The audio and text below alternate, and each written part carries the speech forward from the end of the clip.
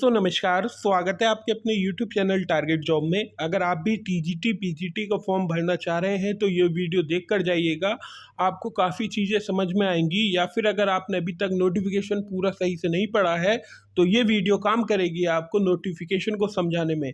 सबसे बड़ी बात, सीटों की जो संख्या है वो कम है लेकिन स्टूडेंट्स की संख्या ज़्यादा है। तो आप ये मत सोचिए सीटों की संख्या कम है तो हम फॉर्म नहीं भरेंगे। फॉर्म सभी लोग भरेंगे। आपके आसपास लोग यही कहेंगे कि हम फॉर्म नहीं भरेंगे, सीट काफ़ी कम है, लेकिन अब फाइनल आंकड़ा जब देखेंगे तो वो 12 लाख के आसपास होगा। तो किसी के बहकावे में ना आकर अपनी तैयारी शुरू करिए और अपनी पढ़ाई शुरू करिए। एक बात आपको और बता दें, 12 जून को 250 पदों पर पीसीएस का पेपर है जिसमें 7 लाख आवेदन भरे गए थे।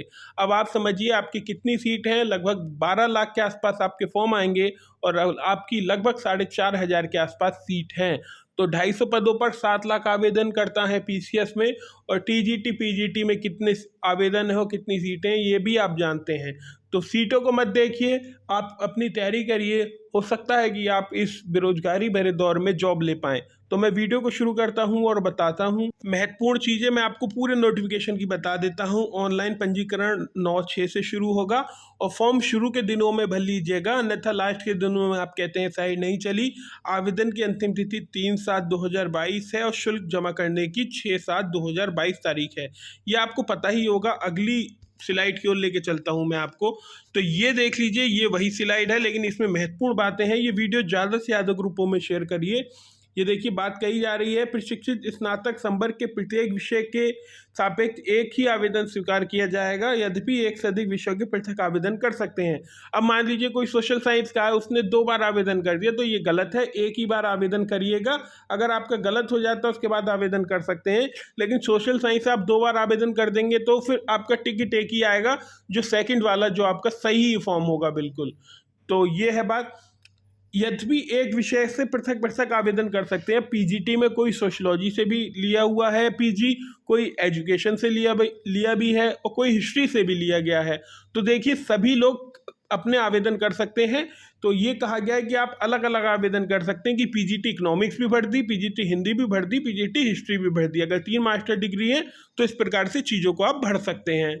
नीचे लिखा है पदों की संख्या घट व बढ़ सकती है। तो ये तो सभी नोटिफिकेशन में लिखा होता है, लेकिन इसे सकारात्मक रूप में लीजिए। चीज़ों अभी सीटों की संख्या बढ़ सकती है, लेकिन इतनी उम्मीद भी मत करिएगा कि ये 4,000 हैं, ये सीधे 16,000 हो जाएंगी। तो नॉर्मल बढ़ेंगी जो भी, लेकिन इतनी नहीं बढ़ेंगी जितनी आप सोच रहे हैं। देख लीजिए कितने रुपए का फॉर्म है। तो ये टीजीटी के लिए भी इतना है, पीजीटी के लिए भी। तो अगर माने जनरल के लिए जो ये फॉर्म है ये 750 रुपये का पड़ेगा, ईडब्ल्यूएस के लिए ये जो फॉर्म है 450 रुपये का पड़ेगा, ओबीसी के लिए 750 रुपये का पड़ेगा, एससी के लिए 450 का पड़ेगा और अनुसूचित जनजाति के लिए 250 रुपये का फॉर्म पड़ेगा। तो ये टीजीटी की बात हो रही है, 4600 ग्रेड पे है और पीजीटी का 4800 ग्रेड पे है। एज देख लीजिए, 1 जुलाई 2022 से 21 वर्ष से कम ना हो और बालिका बालक के पद हैं। एक बात और समझ लीजिए, बालिका जो फीमेल है जिसमें बहुत कम सीटें हैं वो मेल में अप्लाई कर दीजिएगा, तो आप मेल में मानी जाएंगी। ठीक है, तो उसमें लिख के आएगा कि आपने प्रवक्ता बालक को करना है या प्रवक्ता बालिका, तो आप प्रवक्ता बालक में महिलाएं कर सकती हैं। पुरुष की तो मजबूरी है, उन्हें बालक में ही फिल करना पड़ेगा, वो बालिका वाले कॉलम में फिल नहीं कर सकते।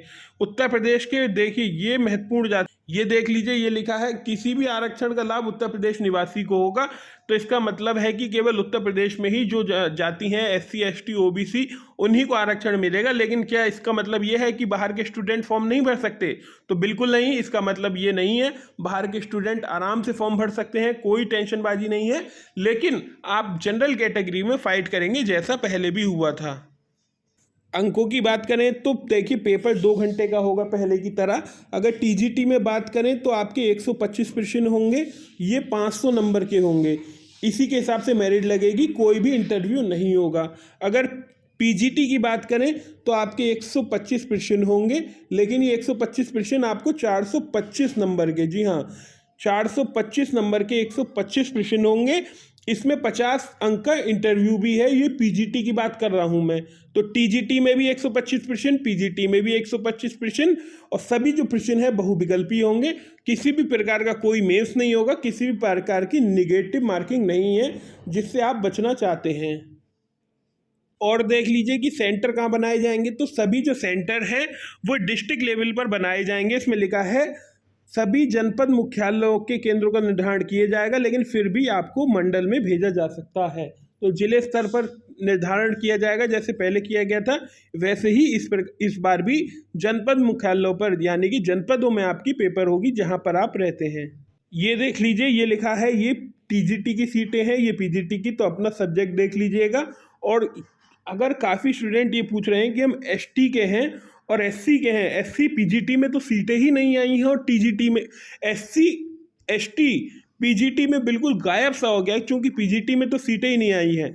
तो आप कुछ मत करिए, आप एससी का कॉलम फिल करिएगा अपना, लेकिन आपको जो आरक्षण है वो जनरल में मिल जाएगा। आप जनरल सीट पर लाई करेंगे, क्योंकि जब सीटें नहीं हैं तो आप सीधी सीधी बात है आप जनरल कैटेगरी में फाइट करेंगे, लेकिन आपको जनरल कैटेगरी के बराबर नंबर लाने होंगे, तो आपको मेहनत ज़्यादा करनी होगी। अगर एससी एसटी के हैं तो आप तभी आप जनरल में जाएंगे, और जनरल के स्टूडेंट्स की फाइट तभी कर पाएंगे जब उनकी मेरिट को बीट करेंगे। और जनरल की मेरिट काफ़ी हाई जाती है। उसके दो कारण हैं कि जनरल के जो स्टूडेंट हैं उनका सामाजिक स्तर की जो संरचना है वो काफ़ी ऊपर होती है।